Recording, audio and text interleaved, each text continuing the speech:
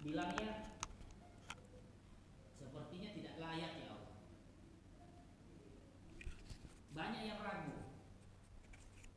karena mereka tahu bagaimana makhluk sebelum manusia itu ketika diberikan amanah untuk tinggal di bumi, banyak yang tidak amanah. Terjadi pertumpahan darah, saling membunuh satu sama lain, itu dijelaskan dalam Quran surah Al-Baqarah. Tetapi kemudian Allah uji, kalau memang tidak mampu, coba kalian sebutkan tentang ini. Malaikat juga tidak tahu bagaimana cara menyebutkannya, karena tidak diberikan ilham oleh Allah, tidak diberikan wahyu oleh Allah. Diciptakanlah Adam. Allah berikan wahyu dan ilham kepada Adam. Adam disuruh sebutkan pertanyaan yang sama, coba cari jawabannya. Adam bisa. Akhirnya Allah memerintahkan kepada para malaikat dan juga iblis yang ada waktu itu untuk sujud kepada Adam. Ingat, sujud di sini artinya bukan sujud untuk menyembah, tetapi sujud untuk penghormatan. Tapi iblis tidak mau sujud. Merasa, saya ini lebih kuat dari Adam ya Allah. Saya ini lebih duluan diciptakan dari Adam. Yang dijadikan alat media untuk menciptakan kami pun bahan dasarnya saya lebih bagus. Kenapa saya mesti sujud sama dia? Merasa sombong, takabur. Akhirnya Allah putuskan, iblis kalau kamu tidak mau sujud, kamu saya keluarkan.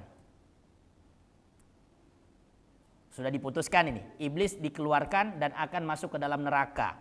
Dikeluarkan dan akan masuk ke dalam neraka.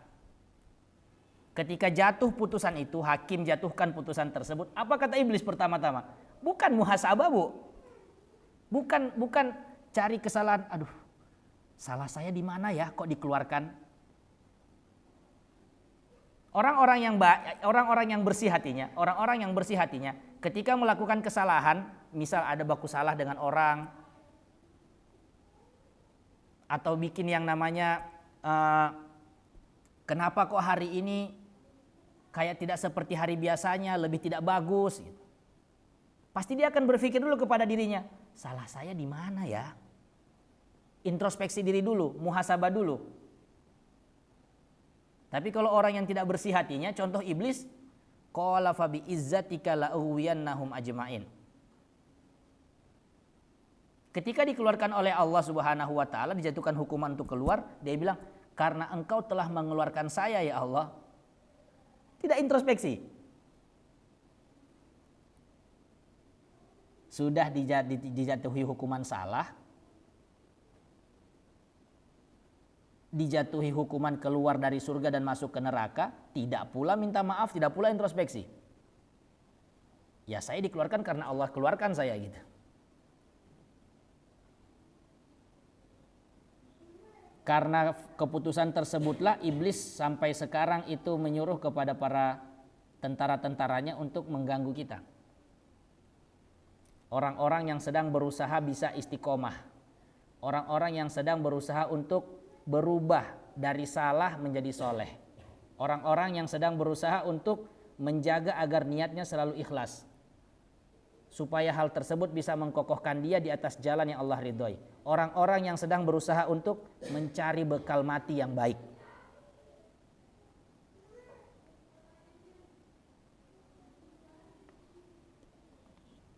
Hal yang selalu terjadi ketika seseorang menyampaikan kebenaran, pasti selalu ditentang.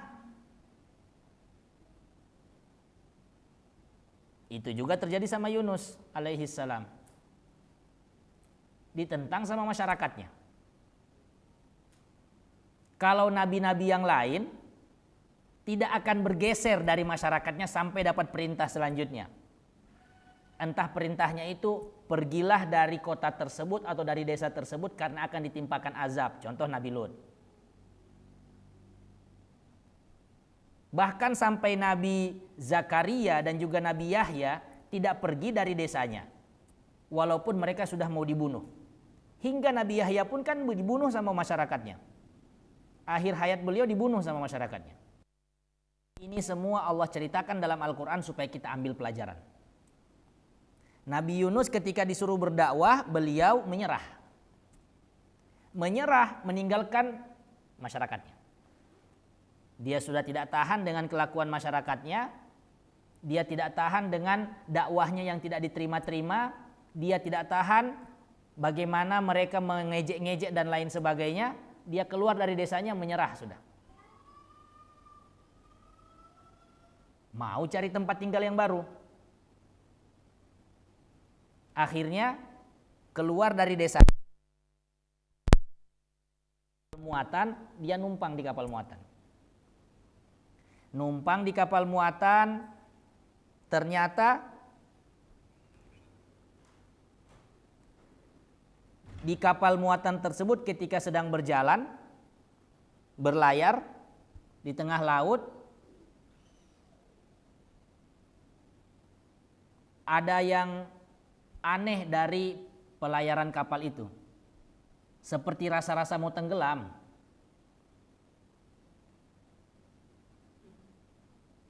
Makanya diputuskan sama kapten kapal, ini kita orang dicela ketika berbuat sesuatu karena dua hal. Pertama, karena memang orangnya kepala batu. Memang orangnya tidak bisa dikasih tahu dan perbuatannya selalu perbuatan yang salah atau keliru, itu dicela. Atau yang kedua, karena dia berbuat kebenaran dan membuat orang lain itu tidak bisa mendapatkan keuntungan dunia dari perbuatannya. Paham maksud saya ya? Paham maksud saya? Mungkin di lingkungan pekerjaan, kantor, atau mungkin di lingkungan komplek rumah. Berbuat benar, yang mana dengan kebenarannya itu orang lain merasa dirugikan. Saya jadi tidak bisa dapat untung gara-gara dia begini. Nah, orang dicela itu karena dua hal tersebut. Memang kepala batu atau karena dia berbuat benar.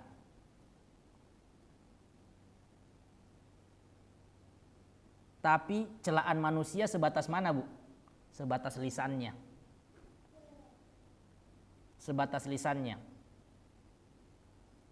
Makanya ketika kita saat berbuat benar, berbuat kebaikan, kemudian kena cela orang, tidak usah baper. Tidak usah sedih. Tidak usah curhat di medsos. Toh yang masih cap kita itu tidak baik hanya manusia kok. Ini loh Nabi Yunus loh yang cap terlaknat Allah. Mungkin kita bisa jadi tidak baik di mata manusia, tapi belum tentu begitu juga ketika di hadapan Allah. Tapi kalau sudah Allah yang cap kita tidak baik, waliyazubillah, mau di depan manusia baik, di akhirat pasti tidak akan baik.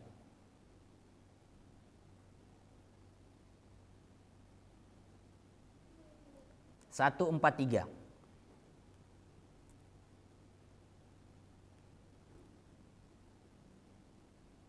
143, kemudian 144.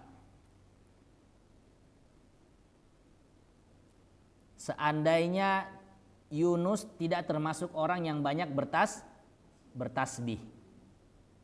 Apa kata Allah di 144? Maka dia akan terus berada dalam perut ikan sampai hari kiamat. Bayangkan, kalau Allah sudah mencela seseorang, bukan cuma di dunia, sampai hari kiamat akan terus buruk. Tapi ternyata Nabi Yunus yang awalnya tercela, karena dia bertasbih, Allah ampuni kesalahannya, Allah kembali angkat derajatnya. Jadi Nabi Yunus ketika ditelan sama ikan besar, langsung tidak mencela orang lain. Kenapa saya yang dibuang? Kenapa nama saya yang keluar? Kenapa juga ini kapal mesti harus buang orang supaya tetap berlayar? Kenapa saya yang dimakan ikan? Tidak menyalahkan orang lain, tapi langsung tanya kepada diri saya sendiri, kenapa saya begini? Langsung muhasabah. Ketika beliau sadar bahwa beliau itu yang salah karena telah meninggalkan umatnya, dia bertasbih mengingat Allah. Apa doa Nabi Yunus?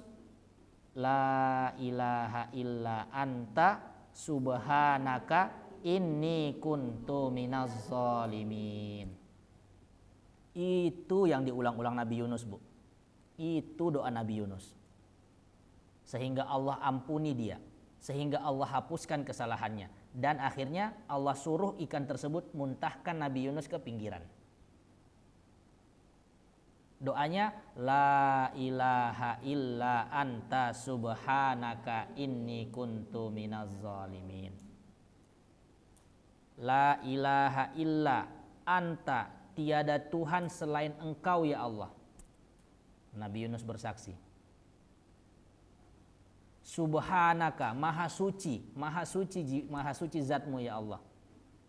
Inni kuntu minaz zalimin. Saya termasuk orang-orang yang zalim. Saya orang-orang yang sudah berbuat dosa. Saya orang-orang yang banyak kesalahannya ya Allah. Ini kan muhasabah.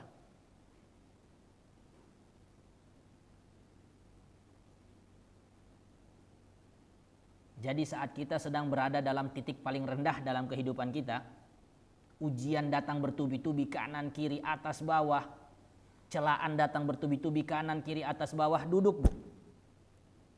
Ucapkan doa Nabi Yunus.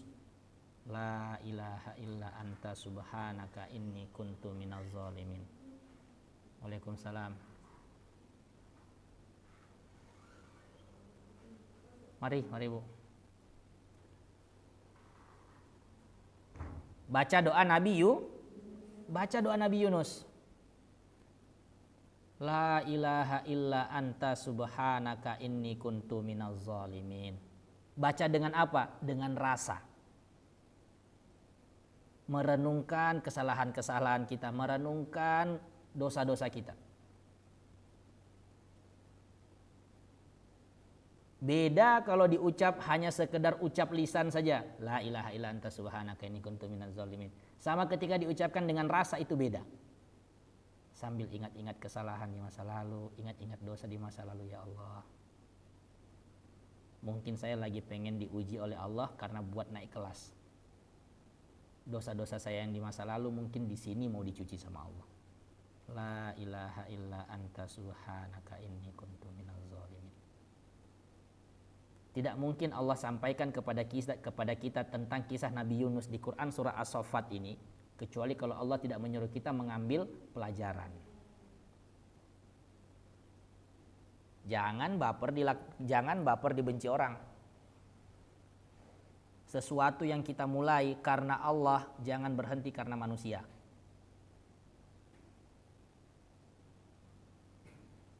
Kita baru dibenci manusia, Bu. Nabi Yunus dilaknat Allah. Tapi beliau bertasbih, berzikir, muhasabah. La ilaha illa anta subhanaka inni kuntu minaz zalimin. Allah ampuni, Allah angkat. Kalau Nabi Yunus saja Allah ampuni, kenapa kita tidak? Kalau Nabi Yunus saja masih mendapatkan ampunan Allah, kenapa kita tidak?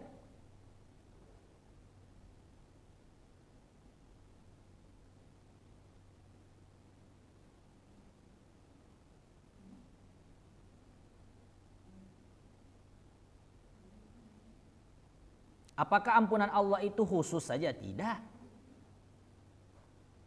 Ampunan Allah itu lebih luas daripada kesalahan-kesalahan kita, daripada dosa-dosa kita.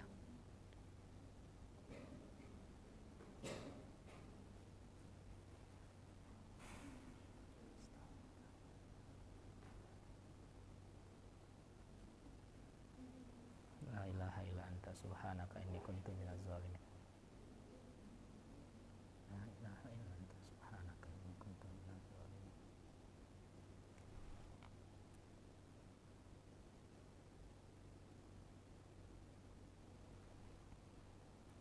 Maka ini tahun baru 1445 Hijriah. Saya mengikuti apa yang saya dengarkan dari ustadz saya. ketika beliau sampaikan di kajian, jangan hanya tahunnya yang berubah, jangan cuma angka-angka di tahunnya yang berubah, tapi mental kita juga di tahun ini harus berubah. Menjadi mental apa? Mental santri. Maksudnya santri itu apa? Santri yakni orang yang mau terus belajar. Orang yang mau terus belajar, mau terus memperbaiki diri.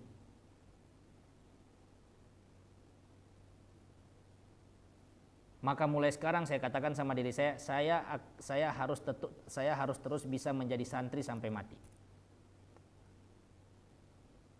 Ujian di depan masih banyak. Kita tidak tahu seperti apa ujian yang akan menunggu kita di depan saat kita terus berusaha dalam kebaikan.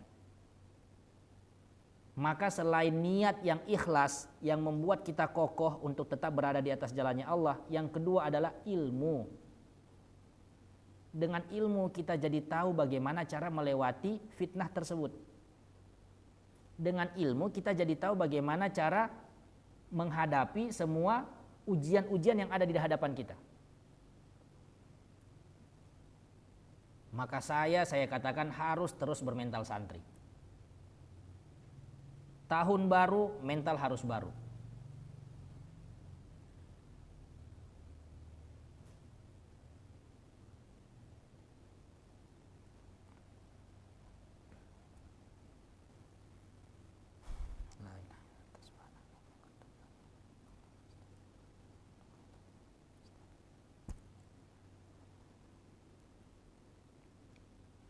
Salah satu ujian terbesar ketika sedang kita berada dalam jalan kebaikan itu adalah ego. Entah ibu-ibu rasakan atau tidak, tapi saya rasakan itu. Ego.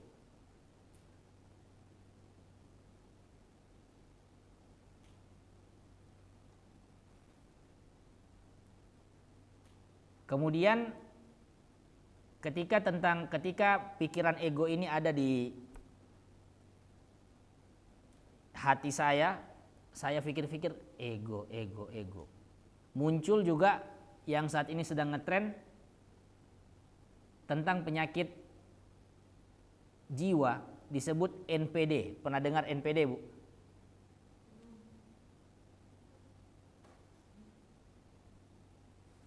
NPD? Belum? Coba cek Ibu, NPD.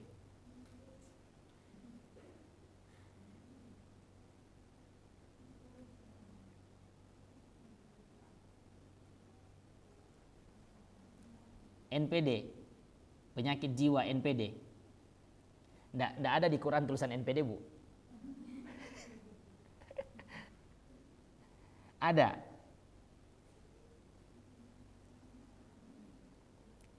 Nggak keluar. Narcissistic psychological disorder. Gangguan kepribadian. Ini saya perdengarkan kepada Ibu ya, penjelasan singkat apa itu NPD, supaya kita semoga bisa jadi bahan renungan sama-sama.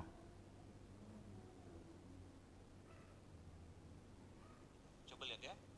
Orang yang narsistik itu adalah orang yang ini tren NPD. Apa NPD itu? Narcissistic Personality Disorder. Orang yang coba lihat ya.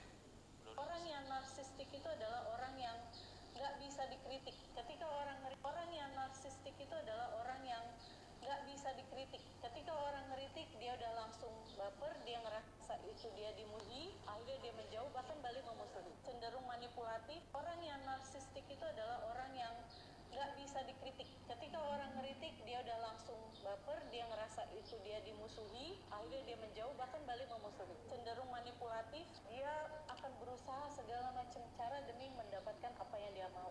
Meskipun dengan cara menipu, mengadu domba, orang-orang tipe narsistik itu adalah sangat-sangat manipulatif. Mereka nggak bisa dengan tulus sayang sama orang lain, kasihan sama narsistik ini bukan karena genetik tapi karena pola asuh. Pastinya kita semua pernah ketemu dengan tipe orang kayak gini. Orang tuh selalu aja salah di mata dia. Dia doang yang paling bener deh pokoknya. Orang-orang kayak begini ini ada, dan mereka itu kelihatannya aja kayaknya baik gitu. Karena mereka mudah bertopeng, omongannya itu kayaknya lembut, tapi sebenarnya ada itu tadi, ada modusnya, ada niatnya, dan dia hanya berbuat baik ketika dia melihat ada keuntungan di situ.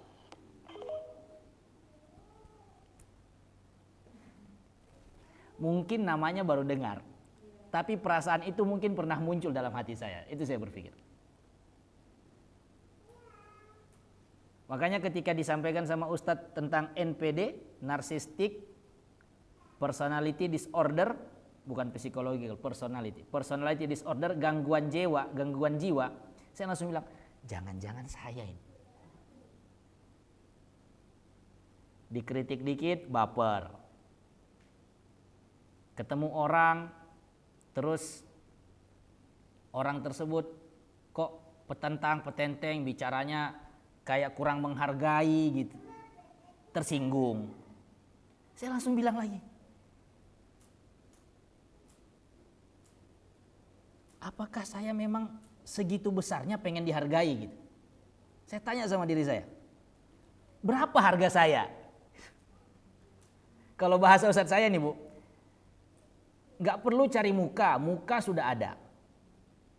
Nggak perlu cari nama, nama sudah ada.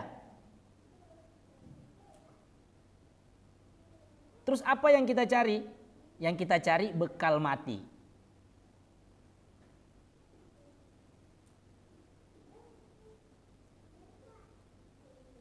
Apakah sebesar itu ego saya pengen sekali mau dihargai gitu?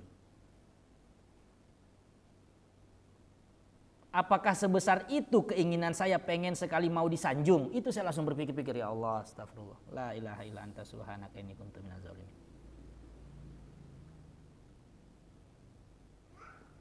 Makanya ketika mendengar kajian ini, Ustadz sampaikan cara untuk merobohkan ego pertama kali, yaitu dengan mengatakan, saya bukan siapa-siapa. Saya sebenarnya bukan siapa-siapa. I am nothing. Allah is everything. Saya bukan siapa-siapa. Allah lah segala-galanya. Saya bisa sampai ke tahap ini ya karena Allah. Terus kenapa saya mesti tersinggung ketika ada orang tidak berlaku, tidak hormat kepada saya? Apakah segila hormat itukah saya gitu? Ya tugas saya kan menyampaikan, orang mau berubah atau tidak itu hak Allah.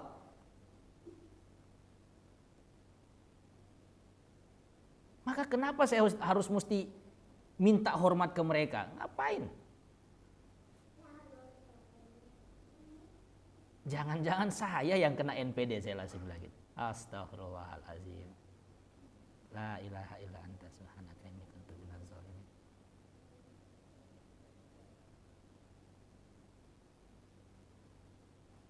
Tidak bolehkah Ustadz kalau ikut menyapu masjid?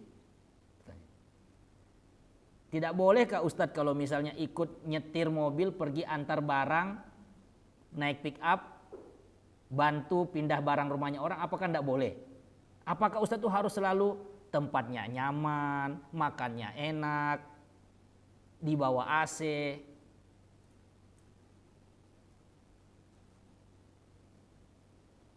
Kalau datang, oh iya, orang pada nunduk-nunduk, silakan Ustadz, silakan Ustadz, silakan Ustadz.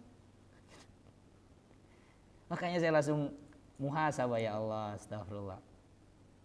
Dengar cerita kisah Nabi Yunus, disangkut pautkan dengan keadaan saya, ya Allah. Ternyata mungkin selama ini saya kena NPD. Dikritik tidak terima. Manipulatif. Kritik dikit baper. Merasa dimusuhi, merasa dijauhi.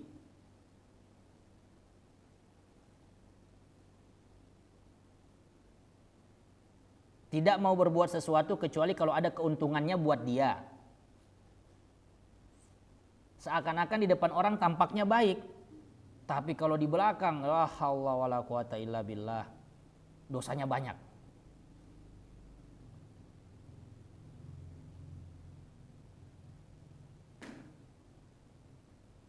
Orang melihat dia baik di depan orang, tapi tidak ditahu bagaimana di belakang orang ketika tinggal sendiri, ketika hanya di rumah dengan pasangannya, ketika tinggal dia tidak ada orang lain selain dia dirinya saja di rumah. Bejat. Astagfirullah.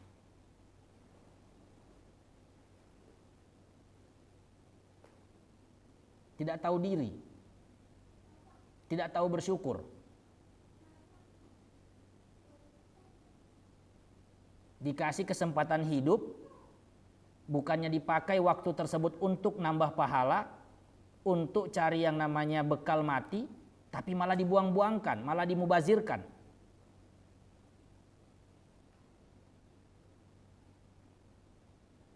Ngajak orang sedekah, ayo sedekah bu, semangat bu sedekah. Dia sendiri tidak pernah sedekah. La haula wala quwata illa billah. Astagfirullah.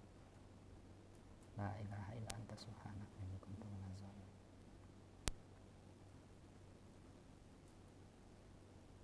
Puasa malas-malas. Berharap puasa Ramadan saja.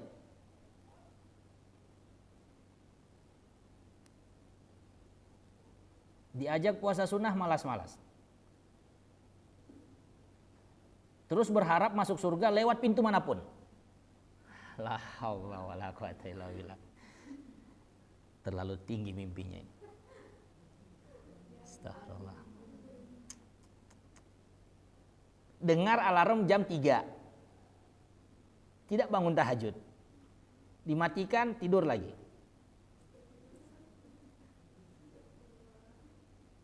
Dengar alarm jam 4, sholat witir pun 1 rakaat tidak mau. 1 rakaat saja, tidak mau. Padahal sudah jam 4 ini, bentar lagi azan. Nanti dengar azan subuh baru bergerak. Terus berharap dosa-dosanya yang banyak mau diampuni secepat itu. La haula wala quwata illa billah. La ilaha illa anta subhanaka inni kuntu minaz zalimin. Kita harus berubah. Kalau kita tidak berubah, kita yang punah.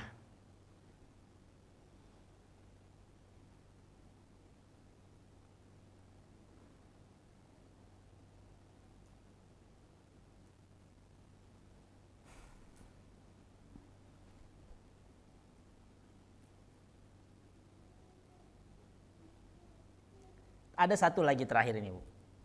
Menarik sekali ketika dibilang katanya penyakit NPD, Narcissistic Personality Disorder, itu terbentuk karena pola asuh. Terbentuk karena pola asuh. Itu yang saya pengen angkat sedikit dalam kesempatan ini. Kenapa bisa terbentuk lewat pola asuh? Kadang-kadang kita sebagai orang tua, ibu-ibu nih, tidak sadar. Terlalu menyanjung-nyanjung anak kita.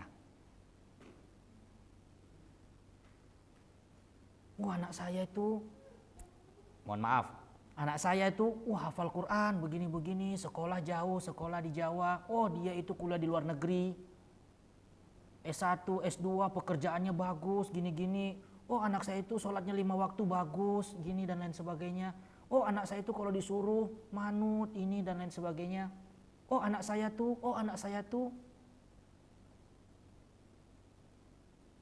Disanjung yang berlebihan. Sehingga terbentuk mental anak tidak mau dikritik. Dia selalu baik karena dengar sanjungan dari orang tuanya terus. Ini ternyata pola asuh yang salah. Saya langsung ingat kitab Riyadhatus Shibyan tentang pola pendidikan anak. Bahwa terkadang dalam suatu kesempatan ketika anak melakukan kesalahan fatal, salahkan dia. Salahkan dia atas apa yang dia lakukan. Terkadang boleh dilakukan di tempat sendiri, di tempat sepi, atau dikasih tahu depan orang lain. Nah, itu salah. Tidak boleh. Kalau sudah terlanjur melampaui batas dan perbuatan yang dilakukan betul-betul tidak baik. Tidak masalah kalau dia ditegur depan orang. Sesekali. Kalau dalam kitab itu kan kalau sering ditegur depan orang juga, hancur hatinya si anak. Mentalnya hancur. Sehingga dia merasa tidak berguna, selalu salah. Makanya kalau dia sudah merasa seperti itu, bodoh amat lah. Apa saya mau kerjakan salah terus kok. Dia tidak malu lagi berbuat kesalahan depan orang lain. Jadi tidak boleh terlalu disanjung, tidak boleh juga terus ditegur depan orang. Sedang-sedang. Kalau terlalu terus-terus disanjung depan orang, munculnya sifat narsistik. Tapi kalau dihancur-hancurkan terus depan orang juga, kebal dia dengan yang namanya teguran. Akhirnya masa bodoh dengan kesalahan, dengan perbuatan dosa. Depan orang lain dia tidak malu berbuat dosa.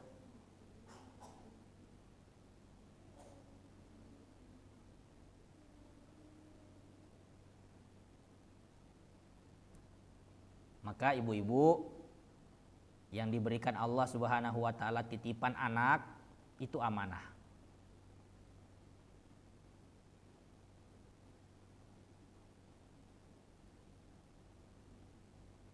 Didik mereka sebaik-baiknya. Mumpung masih dikasih kesempatan. Jadikan mereka sebagai tabungan yang sifatnya itu jariyah, terus mengalir kebaikannya sampai kita mati.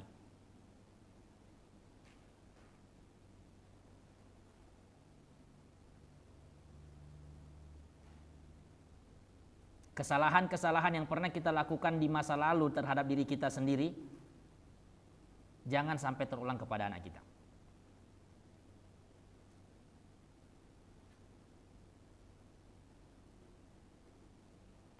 Jangan sampai salah asuh. Jangan selalu membanding-bandingkan, kalau saya dulu tidak seperti ini diasuhnya. Kalau saya dulu begini, kalau saya dulu begini. Kita siapa? Sehingga harus kita yang jadi patokan. Kita siapa? Coba kita ngaca dulu. Bagaimana keadaan umat Islam sekarang? Dengan lewat pola pendidikan yang katanya, kalau saya dulu, lihat bagaimana umat Islam sekarang. Makin hancur atau makin bagus? Terus kita mau jadikan pola pendidikan kita dahulu harus sama dengan pola pendidikan anak kita. Tidak bisa. Tidak bisa.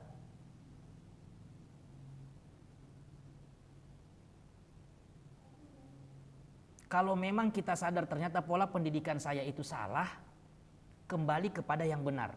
Apa? Pola pendidikan Rasulullah.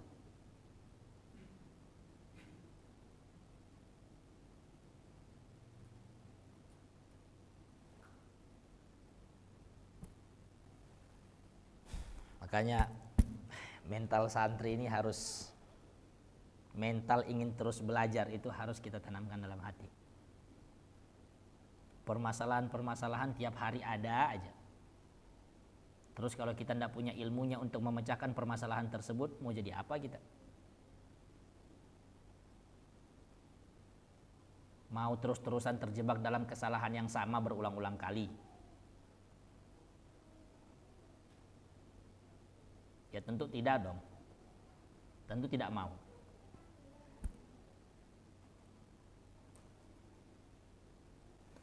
Ibu-ibu, bapak yang dimuliakan oleh Allah Subhanahu wa taala, maka lewat kisah Nabi Yunus ini kita bisa mengambil banyak sekali pelajaran berharga. Tentang yang pertama, bahwa muhasabah itu kunci untuk kita bisa tetap sadar.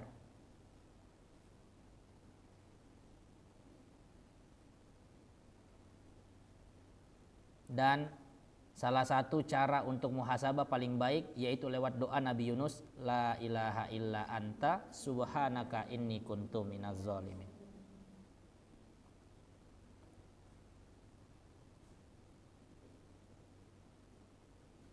Baru dicela sama manusia, jangan mundur. Nabi Yunus dicela sama Allah saja tidak mundur, langsung muhasabah. Akhirnya Allah ampuni dosanya. Kita baru dicela sama manusia, down, baper. Ternyata kalau baper NPD. Dikit-dikit baper, dikit-dikit baper, dikit-dikit update status.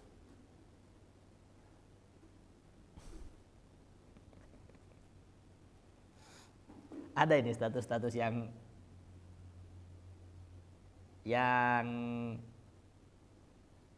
saya juga tidak tahu bagaimana cara menanggapinya. Biasa kadang orang itu statusnya untuk diri saya, semangat ya. Gitu loh. Untuk diri saya. Terus kalau untuk dirinya sampean atau dirinya ibu atau dirinya orang tersebut yang status, kita mesti komen apa? Untuk diri saya yang sudah melalui segala macam halnya, tetap semangat ya. Jangan menyerah. Untuk diri saya terus yang baca ini kita komen apa dong gitu. Not to myself, catatan untuk diri saya. Subhanallah.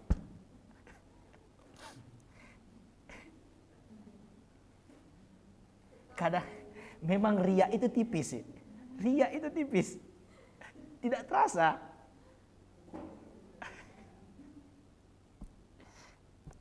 Astagfirullah. Astagfirullah. Catatan untuk diri saya. La haula wala quwata illa billah. Itu entah mau motivasi dirinya atau pengen kasih lihat saya loh udah gini. Itu astagfirullahalazim. Tapi ibu-ibu enggak pernah seperti itu toh? Enggak pernah ya, alhamdulillah kok enggak pernah.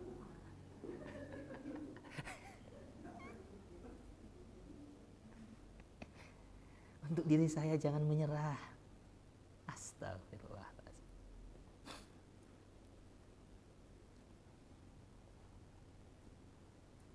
Cara muhasabah paling baik itu bukan update status untuk diri saya.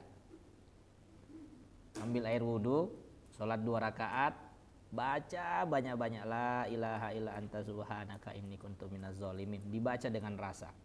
Ingat kesalahan-kesalahan, ingat dosa-dosa. Apakah selama ini yang sudah saya lakukan amal soleh itu sudah diterima Allah atau tidak? Apakah Allah sudah ridho dengan yang saya lakukan atau tidak? Tidak lama kok bu, 1,5 jam aja. Paham? Tidak lama kok, hanya 1,5 jam. Hanya 1,5 jam. Ya, itu pun kalau nyampe. Kalau matinya umur 40, matinya umur 50, tidak sampai 1,5 jam. 1 jam kah? 40 menit kah? Tidak lama. Maka semangat ya diri saya. Astaghfirullahalazim. La ilaha illa anta subhanaka inni kuntu minaz zalimin.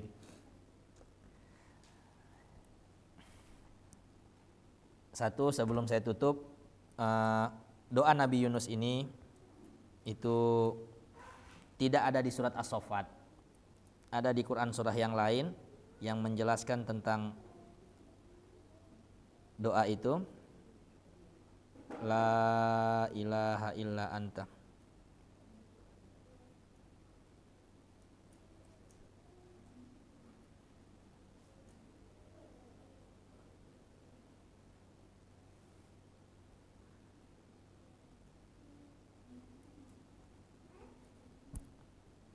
Ada di Quran surah Al-Anbiya ayat 87.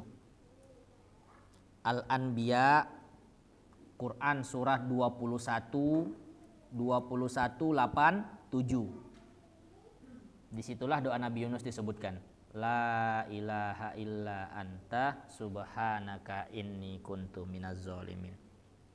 Nabi Yunus kisahnya diulang beberapa kali dalam Al-Quran. Quran surah As-Saffat disebutkan, di Quran surah Al-Anbiya juga disebutkan. Artinya memang Allah betul-betul ingin kita mengambil pelajaran. Bahkan sekelas Nabi pun pernah salah. Maka kalaupun kita salah, jangan putus asa. ikuti tata caranya. Kalau pengen kembali, pengen baik, ikuti tata caranya yang dilakukan Nabi Yunus. BBM, banyak-banyak muhasabah. Banyak-banyak muhasabah. La ilaha illa anta subhanaka inni kuntu minaz zalimin. Semoga Allah Subhanahu wa taala meridhoi setiap amal soleh yang kita lakukan. Semoga Allah Subhanahu wa taala mengampuni dosa-dosa kita di masa lalu. Semoga Allah Subhanahu wa taala terus memberikan petunjuknya, hidayahnya, ridhonya kepada kita sampai kita mati kembali kepadanya. Barakallahu fikum. Terima kasih atas waktunya Ibu. Semoga Allah berikan selalu keberkahan kepada Ibu, keberkahan harta, keberkahan keluarga semuanya. Assalamualaikum warahmatullahi wabarakatuh.